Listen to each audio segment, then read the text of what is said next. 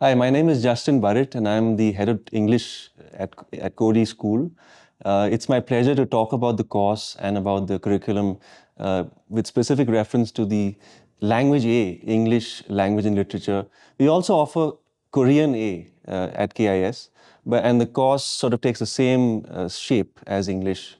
So we'll start off with, where we start off in the class normally. We start off with looking at the two essential elements within the name of the course, which is language and literature. And we look at how language is basically the fabric that allows us to think and to communicate and to build societies. And we also look at literature and the fact that literature is such a valuable, element.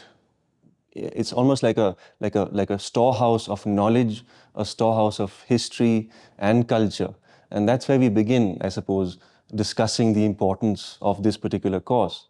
The course, if you look at how it's laid out in the IBDP framework, we have three essential areas of exploration.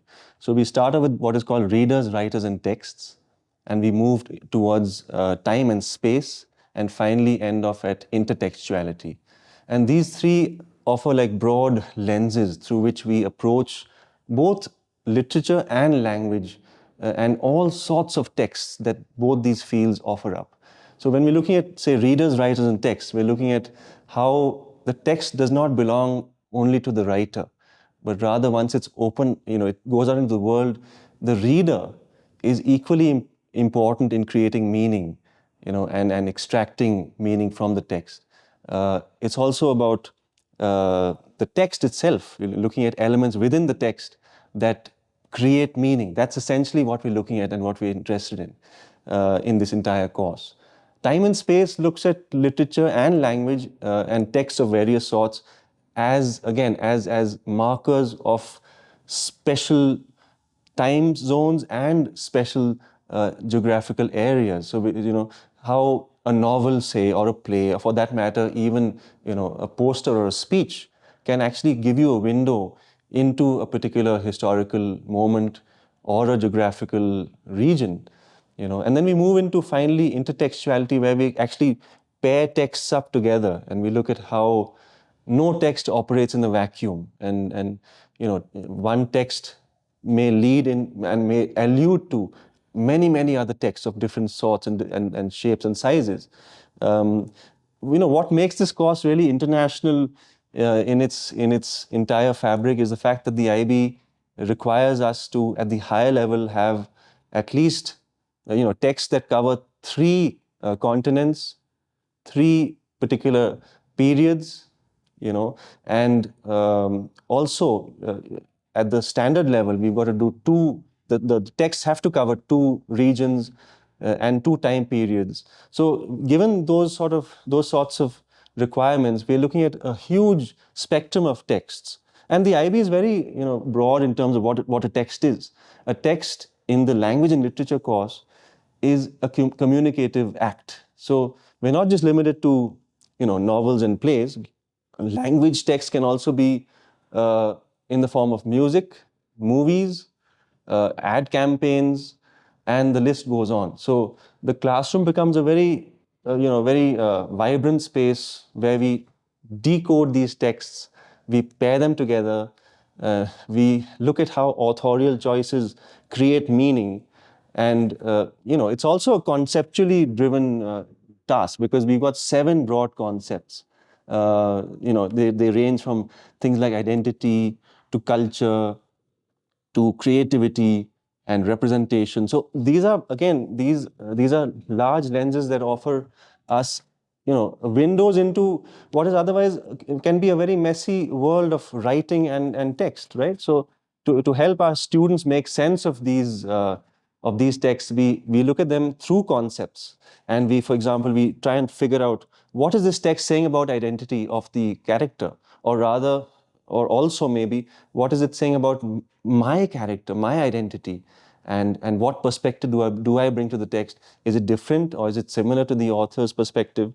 So these are some of the things that really make this course, very, very exciting.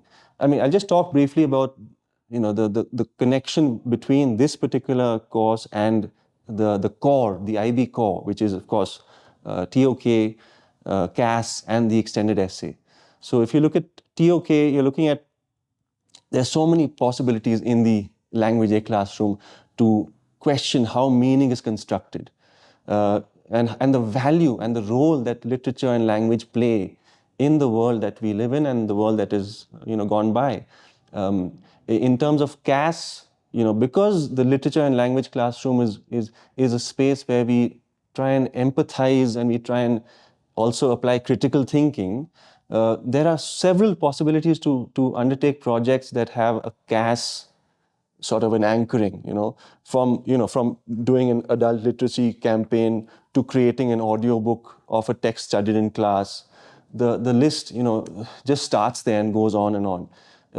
Even in terms of the extended essay, this particular course, this particular subject has so much scope in terms of in-depth analysis and research into a particular text. And the Language A course in the extended essay has 3 categories for the extended essay.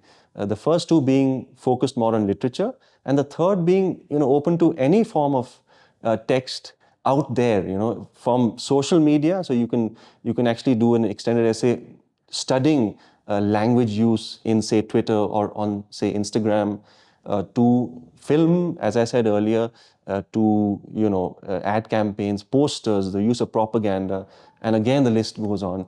The primary focus, of course, needs to be linguistic, investigation.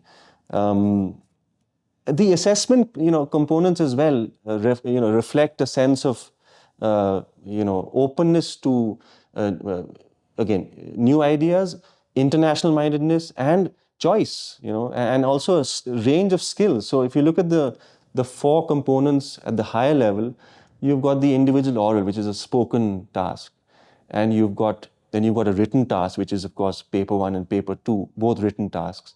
You also have a typed out research essay called the higher level essay. And at the standard level, of course, you don't have the higher level essay, but you do have paper 1, paper 2, and you have the IO, the individual oral. So whether you're doing high level or standard level, you are exposed to a range of assessment components that are rich and rewarding and very, very, they add a lot to the experience, and they're connected to the course in a very organic fashion.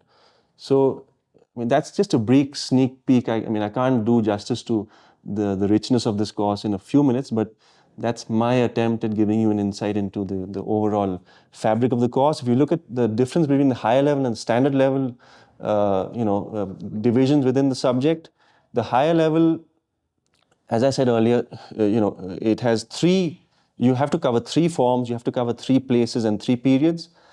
And at the standard level, you do 2 forms, as in 2 forms of literature, 2 periods and 2 places. The higher level students study over the 2 years in IBTP, they study 6 pieces of literature and a number of non-literary texts. Whereas at the standard level, over the 2-year course, they do 4 literary texts and a number of non-literary texts.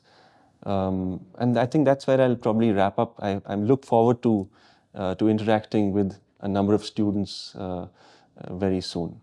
Thank you.